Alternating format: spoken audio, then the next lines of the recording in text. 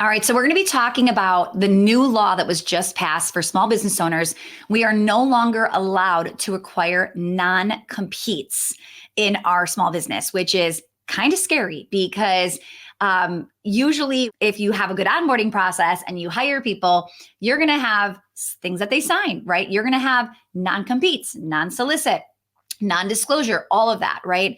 And it just changed this week. So I want to make sure you are aware of what is coming your way. So first of all, this actually was brought to my attention by one of our well-oiled clients because, of course, she is nervous, right? She's training people in her company how to maybe become her competitor. That is scary as a small business owner, okay? So the first thing that I want to make sure you are aware of is a non-compete is different than a non-solicit, okay? So a non-compete is basically saying, and now they can compete. So they can leave you and go start their own business. They can leave you and go work for your competitor. You can no longer refuse them to be able to do that, okay? That is really, really big, which is going to make us as the employer really want to make sure we know our employees are happy, that they don't want to leave. They don't want to jump ship and go on over a mile away from your business and go to your competitor, right? This is going to be pretty big. So I think I would actually be more nervous for somebody to go to my competitor than I would be for somebody to open up their own business. I think it's a lot harder to open up your own business, right? Than it is to just go down the road and go to your competitor. So you are going to have to, as the employer, make sure that you are such a great boss and you have such a great opportunity and you have growth opportunities in the business that they're looking at you thinking, I would never leave you. Okay, that's going to be huge. Now, I want to help you feel a little bit more calm about this situation because what you're forgetting is a non-solicit is different. So yes, they might be able to leave and go down the road, but they cannot solicit your clients to follow. Okay. So that is different. And I want to make sure you are aware of that. So non-soliciting, right, is different than non-competing. Another thing that you need to know that is different is employee theft, right? So stealing an email list and then using that to build their own business and compete with you. That is not legal. All right. So even though they can compete, they cannot steal, they cannot solicit. Okay. So these are things that you'll want to know. Now, I would say the biggest thing that I'm really going to be thinking about is making sure that I'm not cross training. And this is one of the principles we teach inside of Well Oiled is you don't want one person knowing your entire business. You don't want them knowing what's going on in marketing, what's going on in sales, what's going on in fulfillment, right? What's going on in operations. So you really want to make sure that you are hiring people for specific skill sets, specific roles. So they're not stealing everything from your company and just starting it over there, right? This is going to be a really, really huge thing to be considering, to be thinking about. Okay. So if you have questions, you guys drop it in the comments below. Okay. I will say this, non-competes have always been, like many, many people know, they never hold up in court. It's really hard to sue somebody. People already knew that, right? Our team members, a lot of them are aware of that. So to all of a sudden have it in writing, like you can't sue anybody anymore for a non-compete, it's not as scary as I think it sounds for many people. Okay. So that's going to be my biggest tip for you is how much are you letting them see? What do they have access to? You do not want them having, we purposely have separate playbooks, separate handbooks for how we do things in each department. So one department does not have access to the other person's department. Okay. That is going to be a huge thing you want to be thinking about. So this is a great question, Alicia. Thank you for bringing that to everybody's attention inside of school, inside of our platform. I love just starting this conversation and figuring out where do we go from here? What makes the most sense? Okay. Now, Nicole asked a question about creating KPIs. Okay. So she said, I understand the concept, but I'm struggling to actually make them and track them. Okay. So one of the biggest things we teach inside of Well Oiled is we have a critical number that is our one big goal we are tracking, okay? So that one number is the company's KPI, okay? The company's critical number. But then every single person on your team should have 3 to 5 KPIs that are in alignment and actually help get to the big number. This is where a lot of business owners start to realize, wow, my team is bloated. They don't actually contribute to the big number. What am I doing? All right. So you really want to look at those 3 to 5 numbers you've assigned each individual and ask yourself, are those 3 to 5? If they do that, if they hit it, will it help me, right, achieve the big goal, the big critical number? And this is where you really have to ask, like, what is she doing? What is he doing? And you might decide they're doing the wrong stuff, right? So this will be really interesting for you to see who is the most valuable and who is somebody that's an amazing A player, but you haven't given them the opportunity to grow the company because you've given them the wrong KPIs, which stands for key performance indicators. So everybody in the company has 3 to 5 metrics. Now, Nicole, you are inside of Well Oiled. So if you go into our training information and you go to our KPI spreadsheet, you're going to see all of my company's 3 to 5 KPIs per role. So look at those and let that kind of spark ideas of where you could take it or what you could do. And then if you can't figure that out, please ask your coach. We're here to support you. Okay. So that's a big one. And we actually had quite a few KPI questions come in. I think one of the most crucial, if I could only tell you one strategy to blow up your business, it would be KPIs. Okay. Now, it's not surprising that it is one of the more complex ideas, strategies, right? Like if it was easy, everybody would have them, everybody would be doing it, everybody's business would be exploding, right? I will tell you, we hit the Inc. 5000 fastest growing companies in America this past year. And I'm telling you, it's because we have dialed in our KPIs towards our critical number. So when everybody, like an army of people on your team, are all heading for the same thing, it's a whole lot easier, right? It's a whole lot easier to have that rapid growth. So that's big. All right. I had a question about employees versus contractors. Okay. So they want to scale the team and they're asking, do I bring on more contractors? Is there a pro to that? Do I just go employee route? What do I want to do? How do I want to do this? Okay. So I do have probably 80% employees on my team. Okay. Most of the people that work for me, the studio probably has like 95% employees, and then Well Oil probably has like 80. Okay. And there's just like, the reason I'm so pro employee is because I want to grow these substantial businesses and I want as many full-time people on my team as possible because I don't want them distracted by another business or another job or another, you name it, right? So when I can hire a full-time employee and I'm like, everybody scrap what you're doing today. We are switching gears and doing this, right? So for instance, this is a huge thing. So our Instagram account was shut down. Okay. If I only had contractors working for me, nobody would have been able to just stop what they were doing and like move to the next thing, right? So because everybody is a full-time employee, we were able to say pause on XYZ. We are strictly focusing on this. Does that make sense, you guys? It is literally the reason why I say go employee. I have contractors. I love my contractors, right? But I'm also waiting in line. Now, sometimes it doesn't make financial sense to be able to have somebody full-time in a specific role, which is why we have contractors, okay? So let me give you an example. My Facebook ads company is a contractor. I would have to spend a gazillion dollars for them to like come in-house and work for me full-time. They also wouldn't have enough to do with 40 hours. Like there's just, you don't need to stock my Facebook ads for 8 hours a day. Like it just doesn't make sense. So it's not that like if you could give me a full-time employee for my Facebook ads, I would take it in a second, right? But it's more of a financial reason of like, it doesn't make financial sense. Now, could I afford it? I could afford it, but would it be a revenue generating role? Probably not. Like just because I have the money doesn't mean I should spend it. Okay. So with you specifically, like pros and cons, it also is how are you treating these people? So I had somebody come into Well Oiled before they came in and they said on their consult, they said, well, they're all contractors, but we kind of treat them like employees. And I was like, oh my goodness, like that has to stop immediately. Legally, you cannot treat an employee or a contractor as an employee. Like you are going to get audited. You are going to have to pay back pay in taxes. It'll be bad for them. It'll be bad for you. Okay. So it's not about what do you want? It's about which one should you actually be using? Which one should you be hiring? Okay. So I believe in module 3 in Well Oiled, we do talk about the pros, the cons, what's allowed, what's not allowed. Every state is different. It is your responsibility to know the rules, right? You have to know, what does my state suggest, right? California is one of the strictest states, if not the strictest.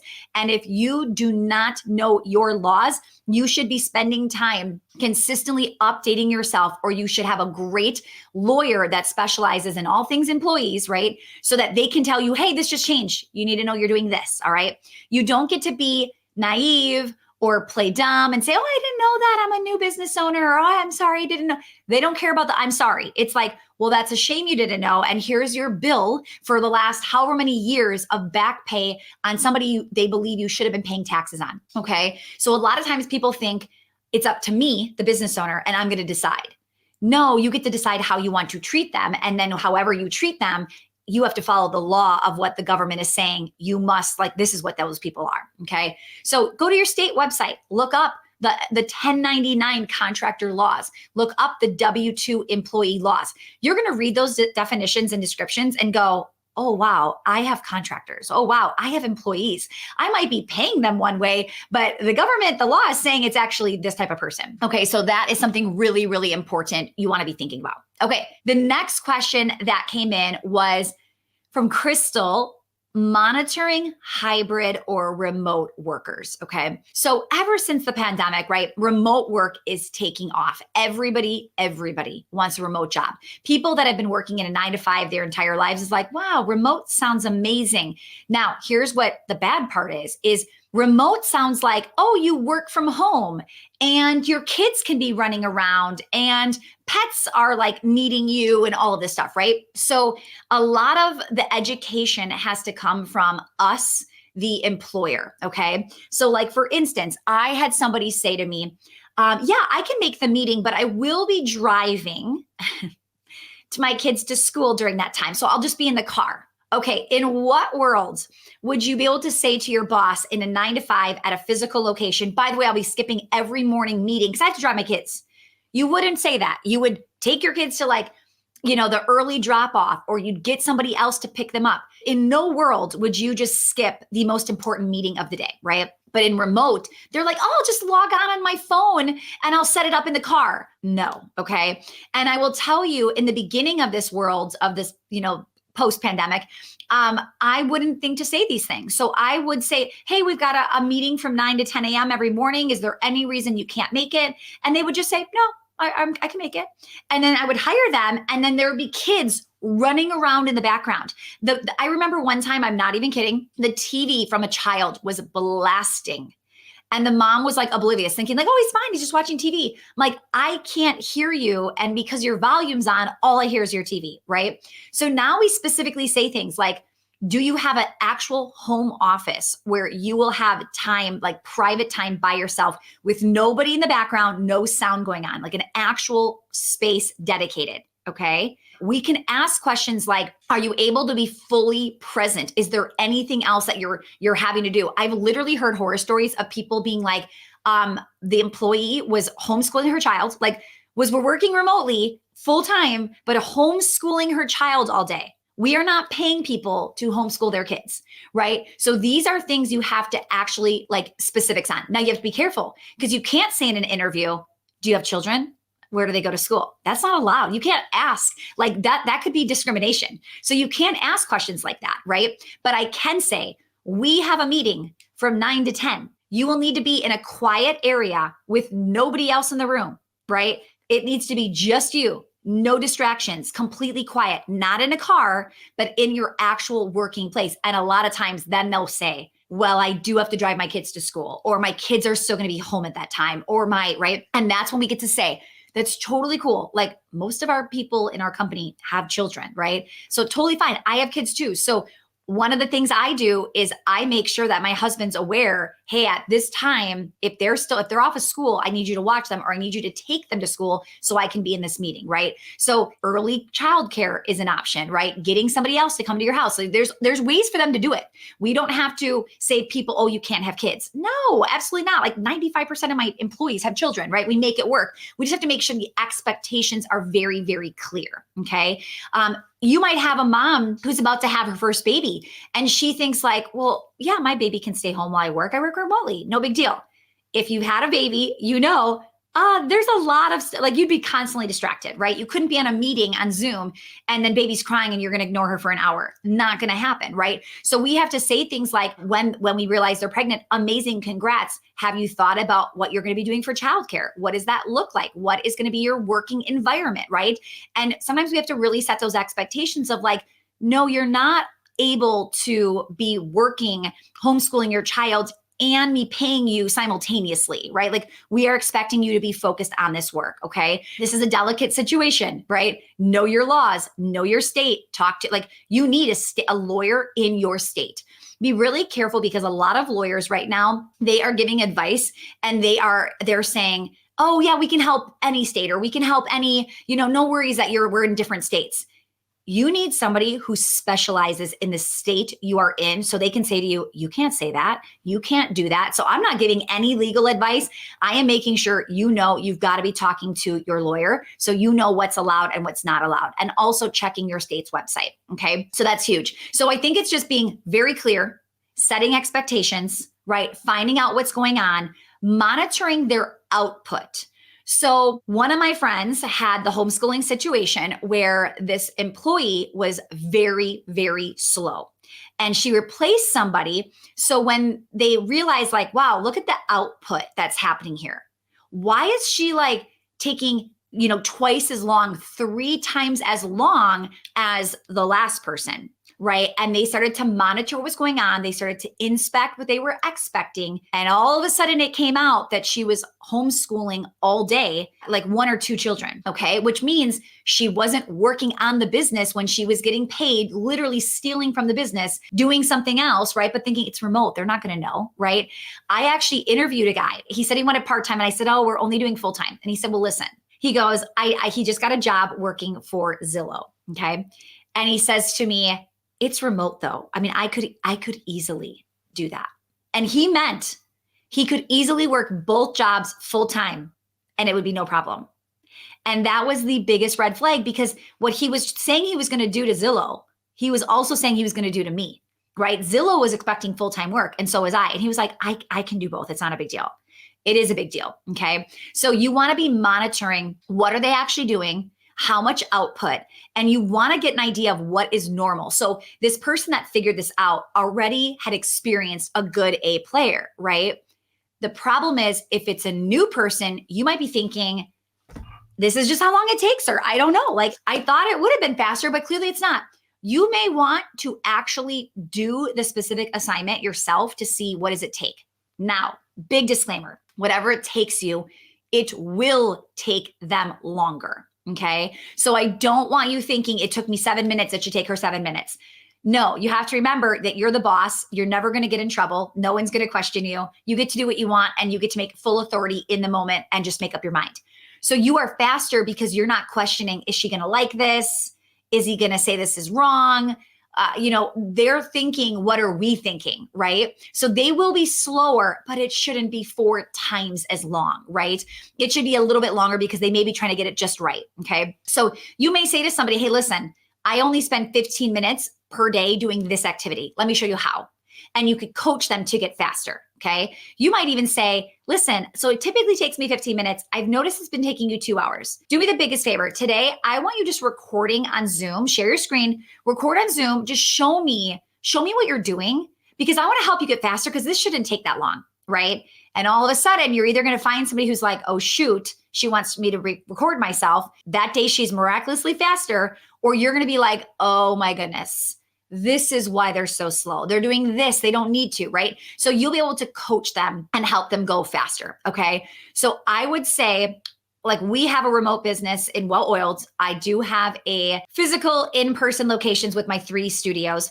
I will say most people are on site, but we do have a few administrative people on our team that do get to work remotely certain times, certain days. So we are making sure we monitor it there as much. Okay. What's funny is people think, well, I don't want people to be remote. I think they'll be faster if they're in person. Okay. But sometimes, you guys, sometimes when you're in the building and there's people around and there's clients around, you're getting interrupted constantly and it could be slower. So we actually allow remote work for specific administrative assistants, people that work in the admin in our studios, because it's just quiet at their house. We don't have clients coming in. Like, we want our desk to be friendly. We want people walking in, getting a hello and how are you and communicating. So it's really hard to stick somebody in there and then be like, ignore them. We don't want them ignoring our clients. We want them being there to support them. So a lot of times when we just put them in their home on a Friday, or they're in their home from 1 to 4 before they come into the office the rest of the night, they just get way more done. Okay. So I think there are many, many pros to remote versus in person, pros and cons to both specifically. All right, I'm going to make this be the last question because I am actually heading out. I am heading to Phoenix today, Arizona.